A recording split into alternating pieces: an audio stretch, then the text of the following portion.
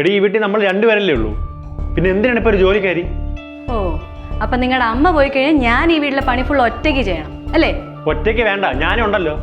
അല്ലാതെ മാസം 15,000 എടുത്ത് വേലക്കാരിക്ക് കൊടുക്കാനെന്ന് എനിക്ക് വയ്യ. എങ്കിൽ ഈ പണിയൊന്നും ചെയ്യാൻ എനിക്കും വയ്യ. അതെ, നമ്മൾ സമ്പാദിക്കുന്നത് നമ്മൾ കംഫർട്ടബിൾ ആയിട്ട് ജീവിക്കാൻ വേണ്ടിയാണ്. നിങ്ങൾക്ക് കൊടുക്കാൻ കഴിയില്ലേ അത് പറഞ്ഞാൽ മതി, എൻ്റെ ഡാഡി കൊടുത്തോളൂ. എന്ത് പറഞ്ഞാലും ഡാഡി അങ്ങനെ കൊടുത്തു കൊടുത്താണ് നീ ഇങ്ങനെ ആയത്.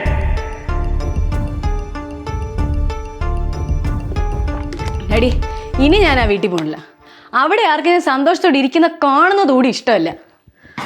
ഡാഡിക്കൊരു കാര്യം അറിയാവോ, ഞാൻ എന്തെങ്കിലും ആഗ്രഹിച്ചൊരു സാധനം മേടിച്ച അതിന് പോലും കണക്ക് പറയണം അവരോട്.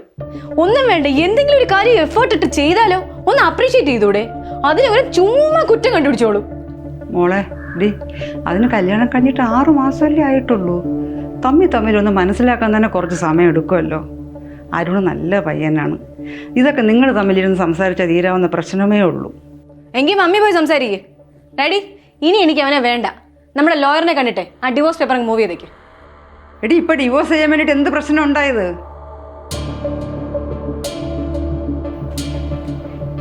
നിങ്ങൾ എന്താണ് ഇങ്ങനെ മിണ്ടാതിരിക്കുന്നത്? അവൾ പറഞ്ഞിട്ട് പോയതൊക്കെ കേട്ടില്ലേ? ഒരു കാര്യം ചെയ്യുക, അരുണിനെ വിളിച്ച് എന്താ കാര്യം എന്നൊന്ന് അന്വേഷിച്ച് നോക്ക്. ഞാൻ ഇപ്പം എന്ത് വേണമെന്ന് അങ്കിൾ തന്നെ പറഞ്ഞു. വല്ല കാര്യം ഉണ്ടെങ്കിൽ കുഴപ്പമില്ല. ഇതിപ്പോൾ ചെറിയ കാര്യം കാണും അവൾ ഓരോ പ്രശ്നങ്ങൾ ഉണ്ടാക്കുന്നത്. അവക്കല്ലെങ്കിൽ ഇച്ചിരി വാശി കൂടുതലാണ് മോനെ. അതാണ് പ്രശ്നം. അവളെപ്പോഴും അവളുടെ സൈഡിൽ നിന്ന് മാത്രമേ ആലോചിക്കുന്നുള്ളൂ. മറ്റുള്ളവരുടെ സിറ്റുവേഷൻ എന്താണെന്ന് ഒന്നും മനസ്സിലാക്കുന്ന പോലുമില്ല. അരുണേ, ഇത് കണ്ടോ? അതെ, ഇതൊക്കെ അടച്ചു വെച്ചേ. എൻ്റെ ബർത്ത്ഡേ സെലിബ്രേറ്റ് നമുക്ക് മാൽഡീവ്സിലേക്ക് പോകുന്ന ടിക്കറ്റാ, ഡാഡിയുടെ ഗിഫ്റ്റാ. അല്ല, നിന്റെ ബർത്ത്ഡേ 3 ദിവസം കഴിയുമ്പോഴല്ലേ നേരത്തെ പറയാത്തത്? സർപ്രൈസ് ഒക്കെ ആരെങ്കിലും നേരത്തെ പറയോ? ഇതിപ്പോ നമുക്ക് ഷോപ്പിംഗ് ഉള്ളതുകൊണ്ട് ഡാഡി ഇപ്പോഴെങ്കിലും പറഞ്ഞേ. എടി, ഈ ആഴ്ച എന്തായാലും ലീവൊന്നും എനിക്ക് കിട്ടത്തില്ല. ക്ലയൻറ്റ് മീറ്റിംഗ് ഉള്ളതാണ്. ഞാൻ പറഞ്ഞില്ല, ആ പ്രോജക്റ്റ് ഹെഡ് ചെയ്യാൻ പോകുന്നത് ഞാനാണ്. ഒരു 5 ദിവസം ലീവ് എടുത്തെന്ന് പറഞ്ഞാൽ ഒന്നും സംഭവിക്കാൻ പോണില്ല. അതെ, കല്യാണം കഴിഞ്ഞിട്ടുള്ള ആദ്യത്തെ ബർത്ത്ഡേ ആണ്. 2 ആഴ്ചത്തേക്ക് എന്തായാലും ഒന്നും നടക്കൂല. നീ ഒരു കാര്യം ചെയ്യ്, ഡാഡിയെ വിളിച്ച് പറ ഡേറ്റ് ഒന്ന് മാറ്റി വയ്ക്കാൻ. അപ്പൊ എന്റെ ബർത്ത്ഡേക്കാൾ വലുത് അന്ന് ജോലിയാണല്ലേ?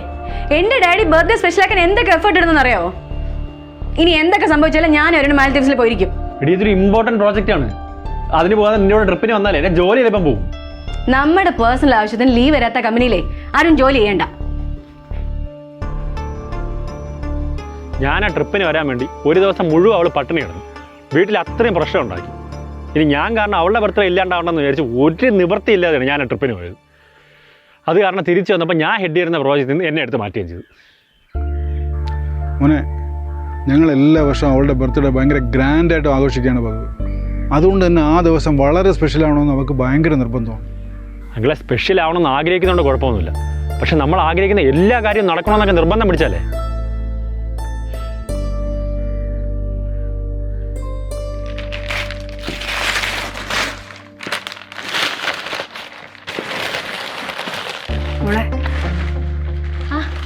ഇതെങ്ങനെയുണ്ട് ആൻറ്റി? കള നന്നായിട്ടുണ്ട്. ഞാനൊന്ന് അമ്പലത്തിൽ പോയിട്ട് വരട്ടെ മോളെ. ആ, ശരി.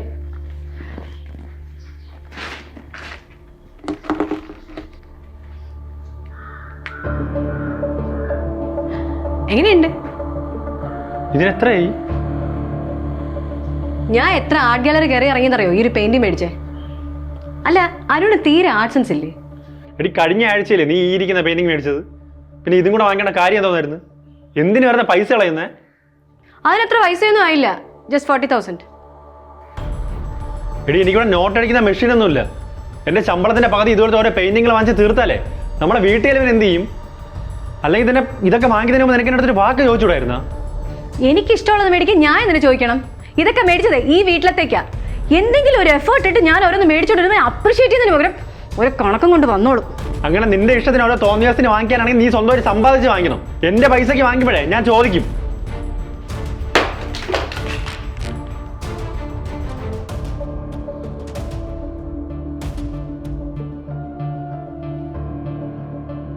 അവൾക്കാണെങ്കിൽ വീക്കെൻഡ് ഒരു റിസോർട്ടിൽ പോകണം. ഫുഡ് കഴിക്കാനാണെങ്കിൽ 5 സ്റ്റാർ ഹോട്ടലല്ലാതെ വേറെ ഒരിടത്തും കയറിയില്ല.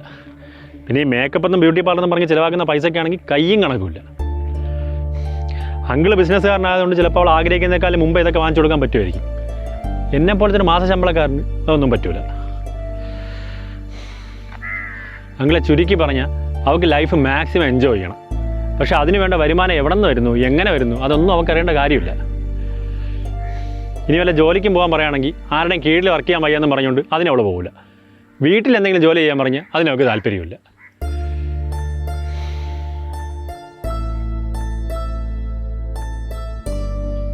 മോനെ ഇന്നായിരുന്നു അപ്പോയിൻമെൻ്റ് അല്ലേ? അയ്യോ ഞാൻ മറന്നുപോയി. അതിന് ബ്ലഡ് ടെസ്റ്റ് എടുക്കണ്ടേ? അമ്മ ഇപ്പം എടുത്താലും മതി, 2 മണിക്ക് റിപ്പോർട്ട് കിട്ടും. ആ ശരി, അപ്പോൾ ഇപ്പം ഞാൻ ഇറങ്ങാം. മോളെ എനിക്കൊന്ന് ലാബ് വരെ പോകണം. ഞാൻ ഇപ്പം റെഡിയായി വരാം. മോൾ ആ സമയത്ത് ഇതൊന്ന് അരിഞ്ഞു വെച്ചേക്കോ.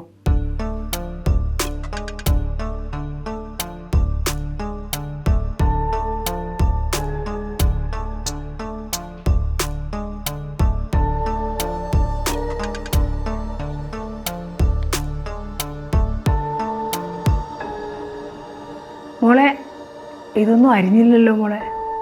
അയ്യോ ആൻറ്റി, എനിക്കൊന്നും ശീലമില്ല. ഇങ്ങനെയൊക്കെയല്ലേ മോളെ പഠിക്കുന്നത്? ഞാൻ അടുത്ത ആഴ്ച പോയാൽ മോളോ അവനും കൂടെ വേണ്ടേ വീട്ടുകാര്യങ്ങൾ നോക്കാൻ? ഇതൊക്കെ പഠിച്ചിട്ട് ഞാൻ എന്ത് ചെയ്യാനാ? അല്ലെങ്കിൽ ഈ വീട്ടിലെ ജോലിയൊന്നും ചെയ്യാനല്ല എൻ്റെ വീട്ടുകാർ എന്നെ ഇങ്ങോട്ട് കെട്ടിച്ചയച്ചത്.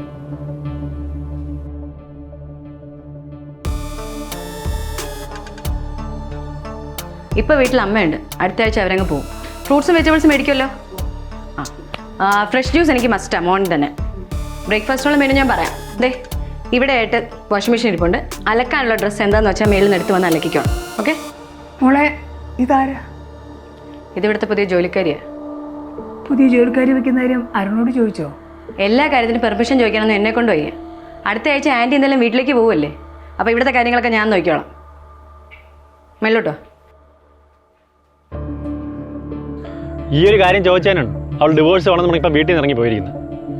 ഇത്രയും പ്രശ്നം അവൾ വീട്ടിൽ ഉണ്ടാക്കിയിട്ടും എല്ലാ തവണയും ഞാൻ വേണം അങ്ങോട്ടെന്നുള്ളത് സോറി പറയാൻ. എനിക്കിപ്പോൾ സോറി പറയാൻ മടി ഉണ്ടായിട്ടൊന്നുമല്ല. പക്ഷെ ഒരു തെറ്റും ചെയ്യാതെ ഞാൻ തന്നെ എപ്പോഴും എപ്പോഴും ഞാൻ സോറി പറഞ്ഞാൽ അവളുടെ തെറ്റ് അവൾ ഒരിക്കലും മനസ്സിലാക്കാൻ പോകുന്നില്ല. മോനെ, ഈ ഒരു ഒറ്റ പ്രാവശ്യം കൂടി ക്ഷമിക്കുക. ഒറ്റ മോളായിപ്പോണ്ട് അവൾക്ക് വേണമെന്നുള്ളതും വേണ്ടാത്തതും എല്ലാം ഞാൻ ചെയ്തു കൊടുത്തിട്ടുണ്ട്. അതുകൊണ്ട് തന്നെ ഇപ്പോൾ അവൾക്ക് ഒട്ടും അഡ്ജസ്റ്റ് ചെയ്യാൻ പറ്റാതായി. നിങ്ങൾ തമ്മിൽ പരസ്പരം സംസാരിച്ചാൽ തീരാവുന്ന പ്രശ്നമേ ഉള്ളൂ. അതുകൊണ്ട് വീട്ടിലോട്ട് വാ. അങ്കിൾ ഇപ്പോൾ അവളുടെ സൈഡിൽ നിന്ന് മാത്രമേ ചിന്തിക്കുന്നുള്ളൂ. അവളെ ഞാൻ വീട്ടിൽ നിന്ന് ഇറക്കി വിട്ടതെന്നല്ലോ. ചെയ്തത് തെറ്റാണെന്ന് അവൾ സ്വയം മനസ്സിലാക്കാതെ ഇത് ഒരിക്കലും മാറാൻ പോകുന്നില്ല.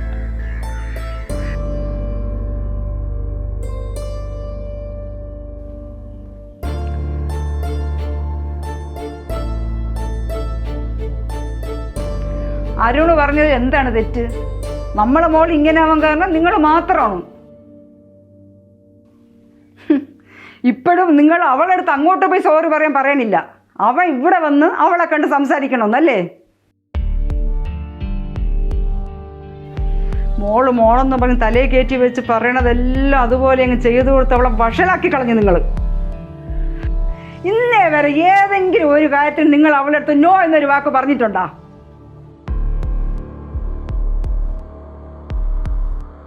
എല്ലാം ഇവിടെ സ്റ്റിച്ച് ചെയ്യുന്നതാണല്ലേ നിങ്ങളുടെ? കൊള്ളാം, നല്ല കളക്ഷൻസ് ഉണ്ട് കേട്ടോ.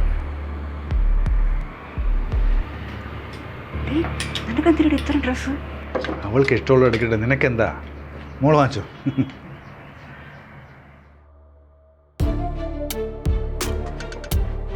ഡാഡി പേഴ്സ് എവിടെ? അവിടെ ഇരിപ്പുണ്ട് മോളെ.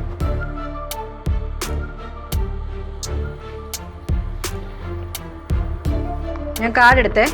ആ, നിനക്ക് എന്തിനാടി ഇപ്പൊ കാർഡ്? എനിക്ക് പാർലറിൽ പോകണം.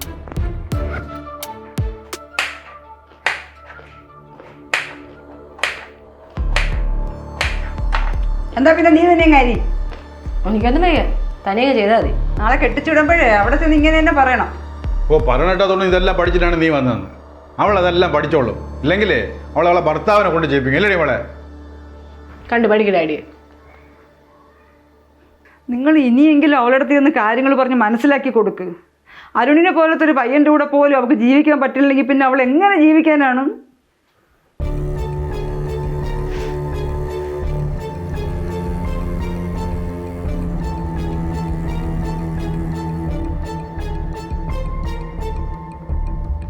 ഷീലേ, എന്താ?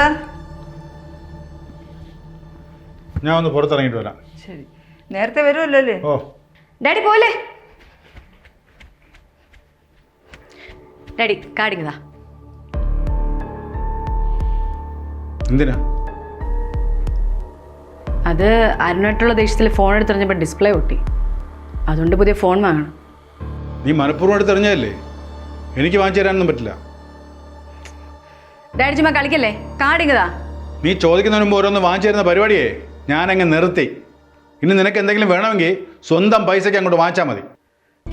ഡാഡി എന്താ എന്നോട് ഇങ്ങനെയൊക്കെ സംസാരിക്കുന്നേ? ഇനിയും ഞാൻ ഇതൊക്കെ പറഞ്ഞില്ലെങ്കിലേ നിനക്ക് ആവശ്യമുള്ളത് എന്ത്, ആവശ്യമില്ലാത്ത എന്തെന്ന് നീ ഒരു കാലത്ത് മനസ്സിലാക്കാൻ പോണില്ല. ഇപ്പൊ നീ ചോദിക്കണൊക്കെ ഞാൻ വാങ്ങിച്ചു തരും. എടി, ഇരുന്ന ഇരിപ്പിൽ ഞാനങ്ങ് ചത്തുപോയാലേ നീ ആരോട് പോയി ചോദിക്കും? എടി, ഒരു 10 രൂപ ഉണ്ടാക്കുന്നത് എങ്ങനെയാണെന്ന് നിനക്കറിയാമോ? നിന്നെ ഇവിടുത്തെ കഷ്ടപ്പാട് അറിയിക്കാതെ വളർത്തിയത് കൊണ്ടാണ് നീ ഇങ്ങനെ ആയിപ്പോയത്. നീ ഒരു കാര്യം ചെയ്യും, നാളെ തന്നെ നമ്മുടെ കമ്പനിയിലൊന്ന് ജോയിൻ ചെയ്യും. നിനക്കൊരു ശമ്പളം ഇട്ട് തരാം. എന്നിട്ട് ആ പൈസ നീ ചിലവാക്കാൻ പഠിക്കും.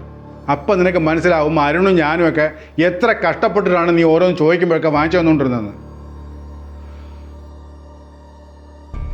ജോലിക്കാരിയെ വേണ്ടെന്ന് വെച്ചതിന് നീ അവനെ ഡിവോഴ്സ് ചെയ്യും അല്ലേ? നീ ഇതും പറഞ്ഞ് അവിടെ നിന്ന് ഇറങ്ങി വന്നപ്പോഴേ നിന്നെ ഈ വീട്ടിൽ കയറ്റാൻ പാടില്ലായിരുന്നു. ഈ വീട്ടിലെ ജോലിയൊന്നും ചെയ്യിപ്പിക്കാതെ നിന്റെ ജീവിതം തൊലിച്ച ഞാനല്ലേ? അത് മാറ്റാൻ പറ്റുമെന്ന് ഞാൻ നോക്കട്ടെ.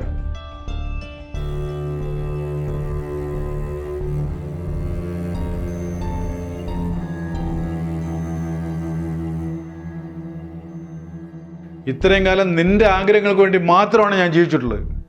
ആ എനിക്ക് വേണ്ടി എന്തെങ്കിലും ചെയ്യണമെന്നുണ്ടെങ്കിൽ നീ മാറണം.